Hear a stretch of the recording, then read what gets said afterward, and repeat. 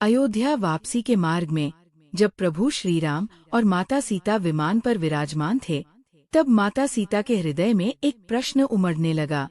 मंद मंद बहती वायु और शांत आकाश के बीच उन्होंने श्रीराम की ओर देखा और निवेदन किया, प्रभु, एक बात मेरे मन को बार बार व्याकुल कर रही है। रावण जैसा बलशाली, अहंकारी और विलासी व्यक्ति, जिसने देवताओं तक को पराजित कर दिया, उसने मुझे अशोक वाटिका में रखा, परंतु कभी स्पर्श नहीं किया। ये कैसी विचित्र बात है? क्या यह उसके चरित्र की कोई विशेषता थी, या इसके पीछे कोई रहस्य छिपा था? श्रीराम ने स्नेहपूर्ण दृष्टि से माता सीता की ओर देखा और गहरी सांस लेते हुए बोले, जानकी, तुम्हारी ये जिज्ञासा उचित है। रावण केवल बलशाली ही नहीं था, बल्कि उसकी इच्छाएं भी असीमित थी। वह कभी संतुष्ट नहीं होता था। एक समय ऐसा आया जब उसका अहंकार इस सीमा तक पहुंच गया कि उसने देवताओं के क्षेत्र स्वर्गलोक पर भी अपनी कुदृष्टि डाल दी। श्रीराम कुछ क्षण रुके, फिर उन्होंने कथा का सूत्र पकड़ते हुए आगे कहना प्रारंभ किया। लंका पर विजय प्राप्त करने के बाद रावण का अभिमान चरम पर था। उसे यह प्रतीत होने लगा कि संपूर्ण सृष्टि पर उसी का अधिकार होना चाहिए। उसने पृथ्वी के समस्त राजा परास्त कर दिए थे, देवताओं को अपने चरणों में झुका दिया था और स्वयं को त्रिलोक विजेता घोषित कर दिया था। किंतु उसकी महत्वाकांक्षा यहीं समाप्त नहीं हुई। एक दिन जब वह अपने राजमहल के विशाल कक्ष में सिंहासन पर बैठा था, उसके मन में एक नया विचार उठा। उसने सोचा, इंद्र के पास अप्सराएं हैं, चंद्रमा के पास रोहिणी और अन्य देवियां हैं, देवताओं की सभाएं सुंदरियों से भरी रहती है, परंतु मेरे पास ऐसी कोई नहीं। मैं समस्त लोकों का अधिपति हूँ, तो फिर अप्सराएं केवल स्वर्ग में ही क्यों रहें? क्या मैं उनसे हीन हूँ? यही विचार उसके भीतर अहंकार और वासना की ज्वाला भड़काने लगा। रावण ने निश्चय कर लिया कि वह अब स्वर्गलोक जाएगा और वहाँ की अप्सराओं को भी अपने अधीन कर लेगा। उसने अपने रथ को तैयार करने का आदेश दिया। लंका के आसमान में शीघ्र ही उसका स्वर्ण रथ गरजता हुआ स्वर्ग की ओर बढ़ चला। रावण की आंखों में विजय की चमक थी। वह सोच रहा था कि जब देवता भी उससे भयभीत हैं, तो अप्सराएं उसका विरोध कैसे करेंगी? किंतु उसे ये ज्ञात नहीं था कि यही यात्रा उसके जीवन की सबसे बड़ी भूल बनने जा रही थी। श्रीराम ने माता सीता की ओर देखा। उनके नेत्रों में आश्चर्य और जिज्ञासा झलक रही थी। वो ध्यानपूर्वक सुन रही थी, जैसे एक एक शब्द उनके मन के सभी प्रश्नों को सुलझाने के लिए आवश्यक हो। प्रभु, फिर क्या हुआ? क्या रावण ने स्वर्गलोक पर आक्रमण किया? नहीं जानकी, उसने आक्रमण नहीं किया, किंतु उसने वहाँ ऐसा कार्य किया जो उसके विनाश का कारण बना। प्रभु, आप कह रहे हैं कि रावण ने स्वर्ग पर आक्रमण नहीं किया, लेकिन उसने ऐसा क्या किया जिससे उसका विनाश निश्चित हो गया? हे जानकी, रावण स्वर्गलोक पहुंचा। वहाँ का वैभव देखकर उसका अहंकार और भी बढ़ गया। स्वर्ग की शोभा अद्भुत थी। चहुं ओर स्वर्ण महलों की श्रृंखला, मनमोहक पुष्पों की सुगंध, दिव्य संगीत की मधुर ध्वनि और अप्सराओं का नृत्य। वहाँ की आभा इतनी मनोहर थी कि कोई भी उसे देखकर मोहित हो जाता। किंतु रावण वहाँ किसी सौंदर्य को निहारने नहीं, बल्कि स्वर्ग की अप्सराओं को अपने अधीन करने के उद्देश्य से आया था। स्वर्ग में प्रवेश करते ही उसकी दृष्टि अप्सराओं पर पड़ी। उनमें से एक अत्यंत अनुपम सौंदर्य वाली अप्सरा थी, रंभा। रंभा अपनी अद्वितीय सुंदरता के लिए प्रसिद्ध थी। वह केवल एक साधारण अप्सरा नहीं थी, बल्कि स्वयं कुबेर के पुत्र देवांग गंधर्व राजकुमार नलकूबर की प्रेयसी थी। उस समय रंभा किसी कार्य से अकेली जा रही थी। जब रावण की दृष्टि उस पर पड़ी, तो उसकी वासना जागृत हो उठी। वह तुरंत उसके मार्ग में आ गया और उसे अपने बल से रोक लिया। रंभा भयभीत हो गई। वह जानती थी कि रावण कितना क्रूर और अत्याचारी है, किंतु उसने साहसपूर्वक कहा, लंकापति, मैं आपके भतीजे नलकूबर की प्रेयसी हूँ। मैं आपके लिए पुत्रवधू समान हूँ। कृपया मुझे जाने दें। लेकिन रावण पर तो वासना और अहंकार सवार था। उसने उसकी बात अनसुनी कर दी और व्यंग्य से हंसते हुए बोला, स्वर्ग की अप्सराएं किसी की पत्नी या प्रेयसी नहीं होती, वे केवल सुंदरता की मूर्तियां होती हैं, और मैं विजेता हूँ। मैं जो चाहूँ वह कर सकता हूँ, कोई मुझे रोकने वाला नहीं। रंभा ने रावण को रोकने की बहुत कोशिश की, लेकिन उसकी शक्ति के सामने वह असहाय थी। रावण ने उसकी मर्यादा भंग कर दी। वो हतप्रभ रोती हुई स्वर्ग के महल की ओर भागी और सीधे कुबेर पुत्र नलकूबर के पास पहुंची। माता सीता की आंखें भर आईं।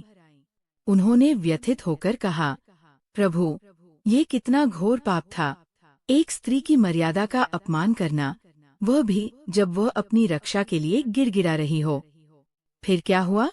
नलकूबर ने क्या किया? जानकी, स्त्री का अपमान कभी भी निष्फल नहीं जाता। रंभा सीधे कुबेर के पुत्र नलकूबर के पास पहुंची। उसका वस्त्र अस्त व्यस्त था, उसकी आंखों में भय और अपमान का मिश्रण था। नलकूबर ने जब अपनी प्रेयसी की ये दशा देखी तो उसका रक्त खौल उठा, उसका संपूर्ण शरीर क्रोध से जल उठा।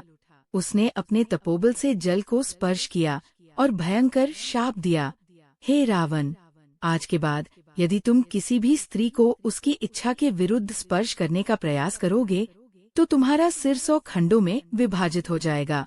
हे जानकी, जब नलकूबर ने अपने क्रोध में रावण को ये भयानक शाप दिया, तब समस्त स्वर्गलोक स्तब्ध रह गया।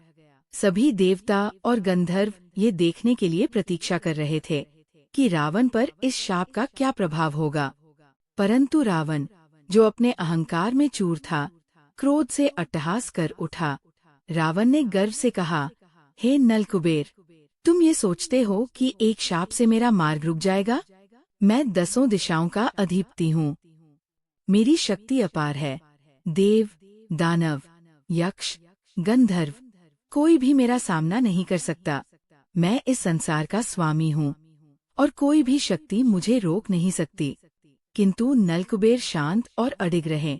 उन्होंने दृढ़ स्वर में कहा, हे रावण, तुम अपनी शक्ति के मद में चूर हो, परंतु तुम ये भूल रहे हो कि जब एक स्त्री का अपमान होता है तो सृष्टि स्वयं उस अन्याय का प्रतिकार करती है। तुम्हारे लिए ये मेरा अंतिम आदेश है। यदि तुम अब किसी भी स्त्री को उसकी इच्छा के विरुद्ध स्पर्श करने का प्रयास करोगे तो उसी क्षण तुम्हारा शरीर जलकर भस्म हो जाएगा। रावण इस शाप को सुनकर हंसता रहा, लेकिन जैसे ही ये शाप सिद्ध हुआ, उसके शरीर में एक अजीब सी जकड़न महसूस हुई। वह जो अब तक हर स्त्री को अपनी इच्छानुसार प्राप्त करने का अधिकारी समझता था, अब एक अदृश्य बंधन में बंध चुका था। वो अब किसी भी स्त्री को बलपूर्वक छू नहीं सकता था। ये सोचकर उसका गर्व धीरे धीरे भय में बदलने लगा। हे जानकी, उस दिन के बाद रावण के अंदर एक अजीब सा द्वंद्व उत्पन्न हुआ। वह अपने ही हृदय के भीतर कैद हो गया था। वह अपार शक्ति का स्वामी था, परंतु अब उसे ये शक्ति व्यर्थ लगने लगी। उसकी इच्छाएं अभी भी वैसी ही थी, किंतु अब वह अपनी वासनाओं को बलपूर्वक पूरी नहीं कर सकता था। ये विचार उसे भीतर ही भीतर जलाने लगा।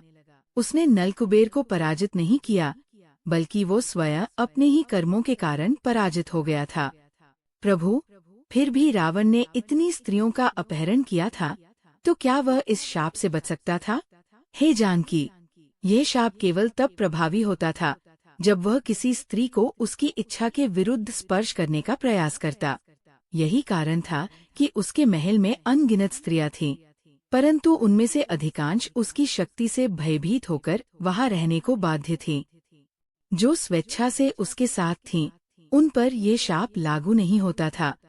किंतु जब तुम पर उसने अपनी शक्ति का प्रयोग करने का साहस कभी नहीं किया, वह तुम्हें छू नहीं सका, क्योंकि नलकूबर का श्राप उसके लिए अभिशाप बन चुका था।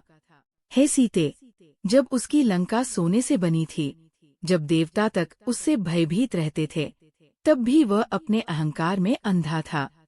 किंतु जब वह मृत्यु के द्वार पर पड़ा था, जब उसकी शक्ति क्षीण हो चुकी थी, जब उसके 10 सिर धूल से सने थे, तब उसे सत्य का बोध हुआ। रणभूमि में जब उसने अंतिम श्वासें गिनी, तब विभीषण ने रोते हुए पूछा, भ्राता, क्या आपको अपने पतन का कारण ज्ञात है? रावण ने अपनी रक्तरंजित आँखों से आकाश की ओर देखा और धीरे से कहा, स्त्रियों का अपमान ही मेरे विनाश का कारण बना। मैं शक्ति का पुजारी था, परंतु मैंने ये कभी नहीं समझा कि वास्तविक शक्ति प्रेम और सम्मान में निहित होती है। यदि मैंने अपने अहंकार में इतना अंधा न होकर स्त्रियों का सम्मान किया होता, तो आज मेरी ये दशा न होती। उसने आगे कहा, मैंने जितनी भी विजय प्राप्त की, वे मेरे अहंकार की विजय थी, धर्म की नहीं। और जो शक्ति अधर्म से प्राप्त होती है, वह अंततः नष्ट हो जाती है। फिर उसने विभीषण की ओर देखा और कहा, भ्राता, स्मरण रखना, कभी भी शक्ति के मद में किसी स्त्री का अपमान मत करना। स्त्रियां केवल भोग की वस्तु नहीं होती, वे शक्ति का रूप होती है, और जो शक्ति का सम्मान नहीं करता, वह स्वयं शक्ति के कोप का भाजन बनता है। मैंने स्त्रियों को अपने अधिकार में करने का प्रयास किया, परंतु अंततः वे ही मेरे विनाश का कारण बनी। इतना कहकर रावण ने अपनी आंखें मूंद लीं। श्रीराम क्षण भर के लिए रुके।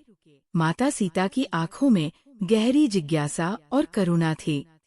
प्रभु, ये कथा केवल रावण के पतन की गाथा नहीं है, ये यह भी सिखाती है कि जो स्त्रियों का सम्मान नहीं करता, वह कितना भी बलशाली क्यों न हो, उसका नाश निश्चित है। श्रीराम मुस्कराए और बोले, यही धर्म का सत्य है प्रिय। शक्ति वही सर्वोच्च होती है जो धर्म के साथ हो। जो शक्ति अधर्म के साथ चलती है, वह स्वयं अपना अंत लिख देती है। रावण की शक्ति अपार थी, परंतु वो धर्म से च्युत हो गया, इसलिए उसका नाश हुआ। यही कारण था कि जब मैं तुम्हारी खोज में लंका आया, तो मेरी विजय सुनिश्चित थी, क्योंकि मैं धर्म के मार्ग पर था, और धर्म की विजय सदैव सुनिश्चित होती है। माता सीता ने प्रभु श्रीराम की ओर देखा, और उनकी आंखों में संतोष झलक उठा।